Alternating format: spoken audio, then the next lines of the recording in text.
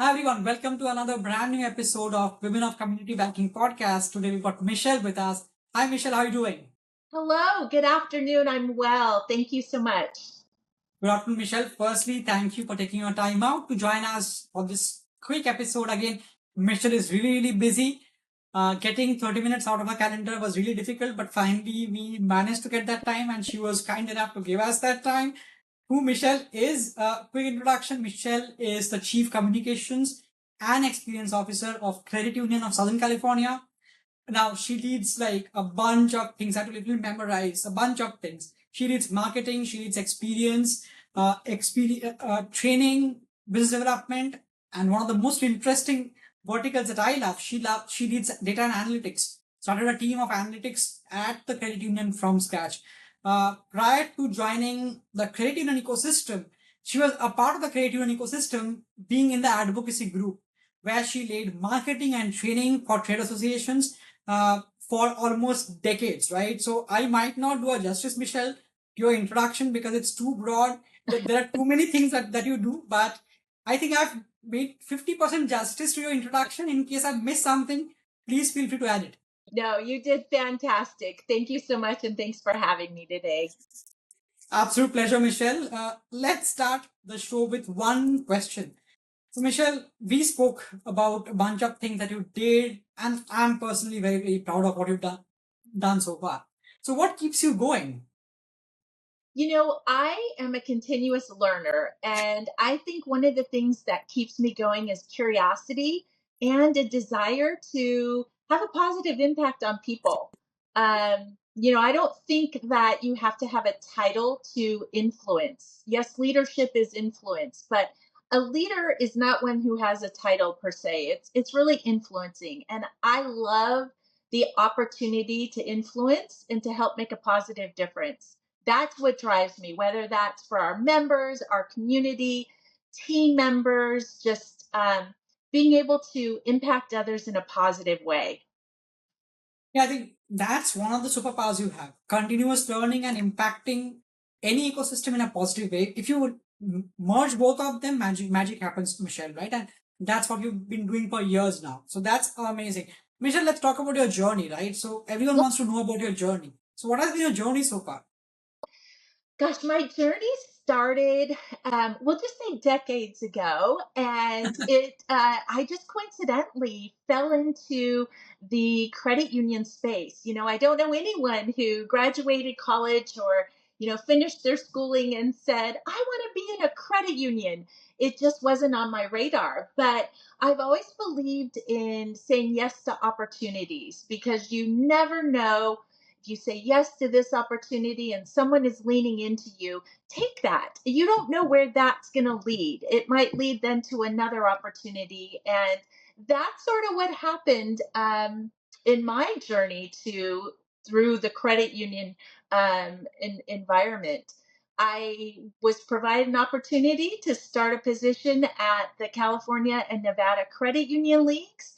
My company I had been working at was leaving out of state, and my husband and I considered that and decided that wasn't the right thing for our family. And so this opportunity came up. And from there, I've had the privilege of moving from that vertical, the trade association, the B2B, if you will, over into the credit union space Yep.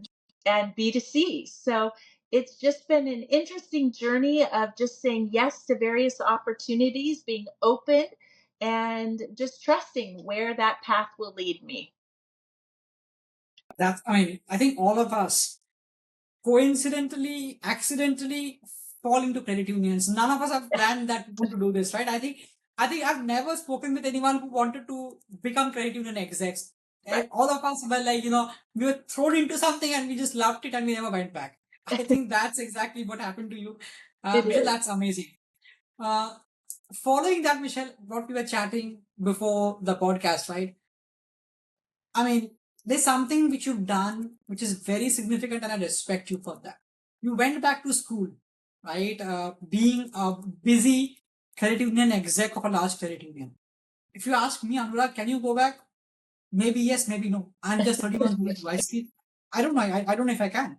But you went back to school. doing your MBA in business analytics, and I'm really, really proud of of people who can do this. So, what made you go back to the school, and you want to talk about that? I think it will be an inspiration not only for women leaders, but for any leaders who will tune on to the podcast. Yeah, well, thank you. Thank you for that. It was a decision that wasn't made lightly because obviously it would impact my family and my work.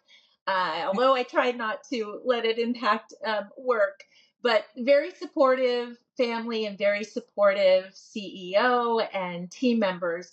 But for me, like I shared a few moments ago with you, I am a continuous learner and I just want to stay abreast of what's around the corner.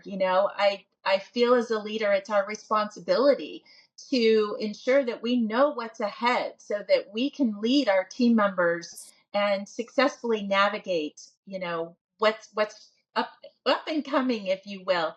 And for me, getting my MBA was never a question of if, it was always a when. And my son graduated college in May, and I enrolled and started my MBA program in August of that very same year. So he finished, and then it was my turn. This is so refreshing and motivating for all of us to know that you did your MBA, right? That too, specializing in analytics, right? This is amazing, Michelle. We are really proud of you, right?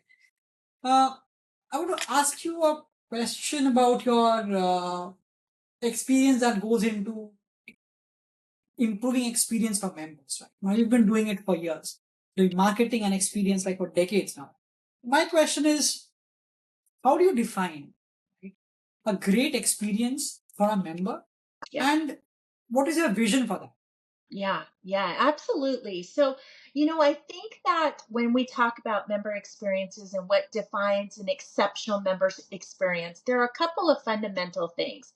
One is it's not a dictionary definition, it's really how we make people feel. It's really all about, did we make them feel valued? People will forget what you've said, but they're never going to forget how you made them feel. And at CU SoCal, one of the things that we pride ourselves on is how we treat our team members. It really starts in house. It really starts with, how do you treat your team members? That in turn will be how they reciprocate and treat our members. So it's all about, you know, making authentic, heartfelt gestures. We have freedom within a framework at CU SoCal to create that member experience. And what I mean by that is, we have certain boundaries, right? That's the framework. But within that, we have freedom. Our team members have cash that they are just given liberty to wow a member. We call it a WHAM program, whenever, however, appreciate members. And it's just acting on their heartfelt impulses when they speak with a member. Um, that is just one way in which there's freedom within a framework to make people feel valued through genuine interactions and conversations. It's always more important to express an interest than be interesting.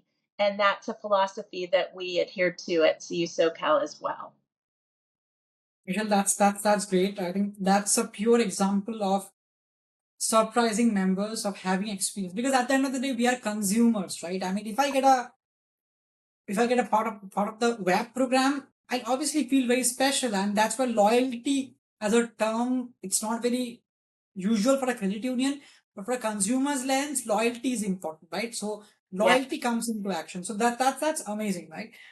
Um, Getting into the next part, right, which I was really, really, we were discussing about, you setting up an analytics team from scratch, and hence you went back to the school to know nitty gritties of setting up the team, because that's very important. So you believe in the concept of servant leadership, is what I understand, because unless the leader knows what's happening, it's very difficult to guide the team to take the necessary right steps. Not necessary that you write a piece of code, but obviously necessary Right. to connect the dots across That's right. business, technology, and how can it help the overall credit union to grow, acquire members, personalized experience, and help retain members. So for that, you've set up an entire team, right? So it's always a very interesting conversation that I have always with people who have experience setting up an analytics team, right? So do you want to talk about your journey, Michelle? How did you set up the analytics team? How did it look like, and what is the future of the team as per you? Yeah, that's a great question. I appreciate that. We spent quite a bit of time. So I originally was the chair of a cross-functional committee that was set up and established just to kind of explore what a data warehouse or an analytics team, a business intelligence team might look like at CU SoCal. What value would we bring and what questions would we try to solve? Which in my view, that's always where you start when you start looking at analytics. What problem are we trying to solve? Otherwise, you find yourself drowning in a sea of interesting but maybe not relevant and actionable data. So, spent about a year just going to conferences, picking the brains of others, learning about the value that this proposition might bring to the credit union and what it would look like throughout the organization.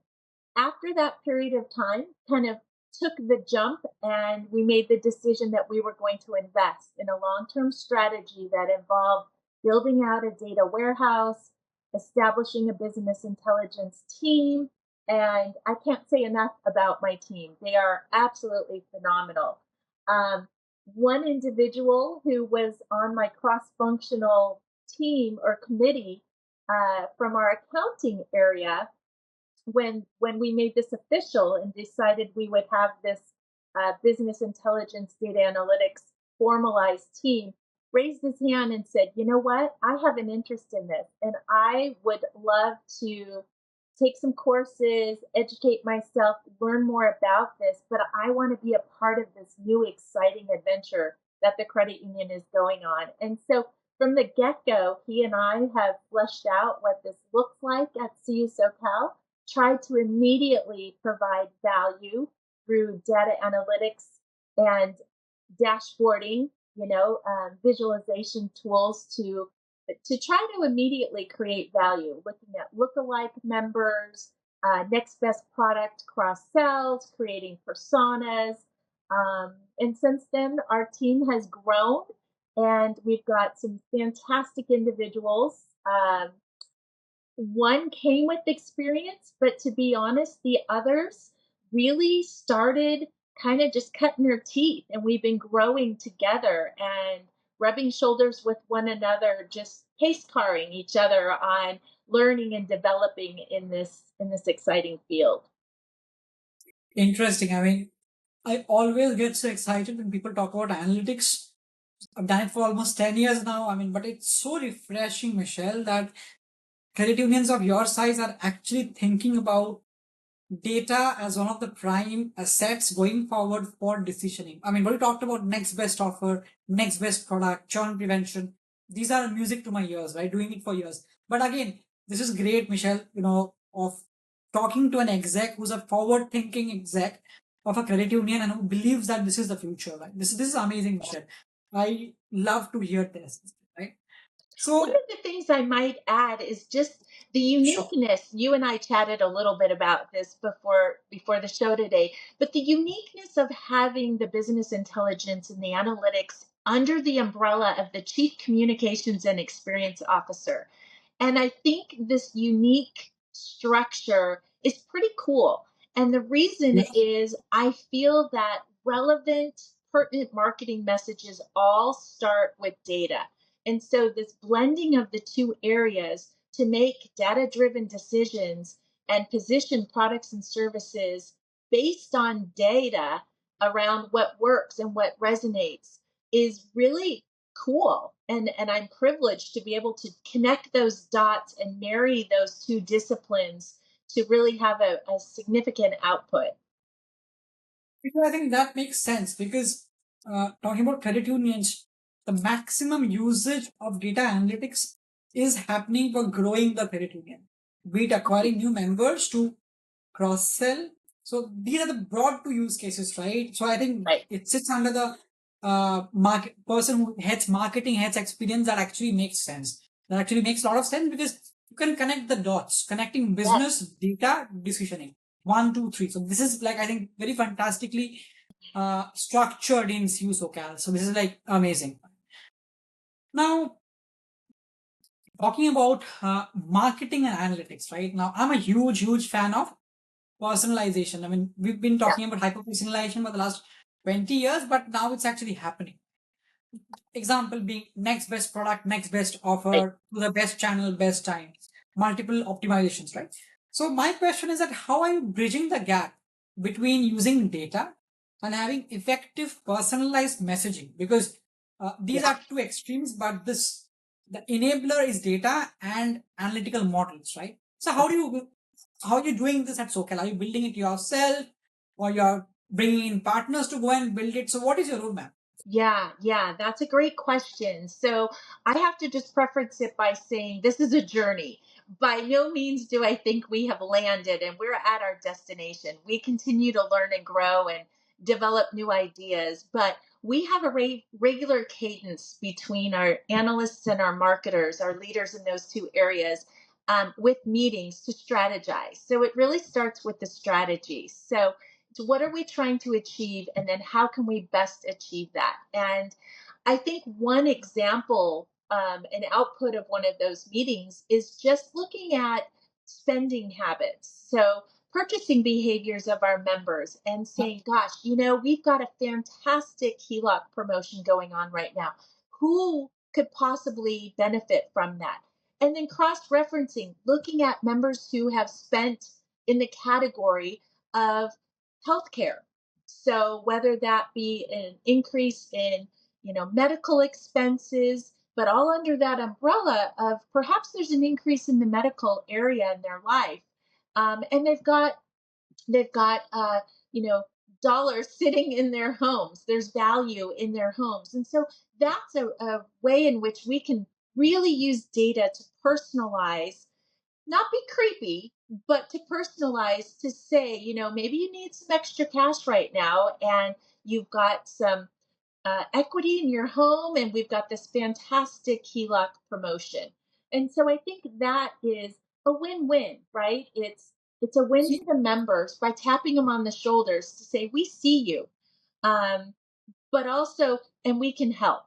We see you, we're here to help. And here's what we can do with this special HELOC promotion. I think it's being more preemptive of a member's need. Again, taking a step back, we are credit unions. We are not banks. We don't sell. We find or advise the best product that is needed for a member. That's what you're trying to do. You're preempting the need of a member and connecting the dots. This is what you need. This is what we might help. And That's right. data is the connecting. I mean, I always talk about data as a connective tissue. It's a connective tissue between Like that. demand and supply, right? So that's pretty much what you're doing. And this is fantastic, Michelle, right? I mean, so you doing. I mean, the example that you took right now for HELOC. Similarly, for cards, for even for acquiring more checking That's right. accounts moving forward, how can you use data analytics to be more efficient? Because one of the examples I saw, not examples, one of the priorities. So Jack Henry released a strategic benchmark report, I think last week. The highest priority was improving operational efficiency, followed by Yes. acquiring more deposits, then acquiring more members, Yep. and fighting fraud. So I can think Yep. in all these four use cases, Yep. data sits in the center stage. Unless you have Yes. data, you won't be able to do anything efficient. So It does. that's great. Yeah, I would agree with those priorities, from the report you just stated. And, we had a rise on fraud, the end of last year, and our data analytics team were really helpful in identifying the types of fraud, where the losses were, and how we could reestablish some of our practices to fight that, to combat that a little bit more. But that was all done through the lens of data and analyzing what we know to then reestablish parameters based on those factors. Absolutely, Michelle. That's very important, right? Let me move to the next segment of the show. We talked a lot about data. I'm a data geek, so sorry everyone. So I geek out, can't help. So moving to the next. Now, Michelle, obviously you have had, I would say, multiple years, multiple experiences throughout your journey, right? Now, aspiring leaders, not only female leaders, aspiring leaders look for advice, right? Like, for example, one you talked about is continuous learning, which I personally struggle, right? I cannot do that. I literally take time off for 15 days and learn. I cannot function that way. I'm not that person. But talking about advice, Michelle, so do you want to share some pieces of advice for aspiring leaders, to help them in their journey? Yeah, I would. That's an interesting question and one that I actually am passionate about. And I think again, going back to what I shared earlier, say yes. Say yes.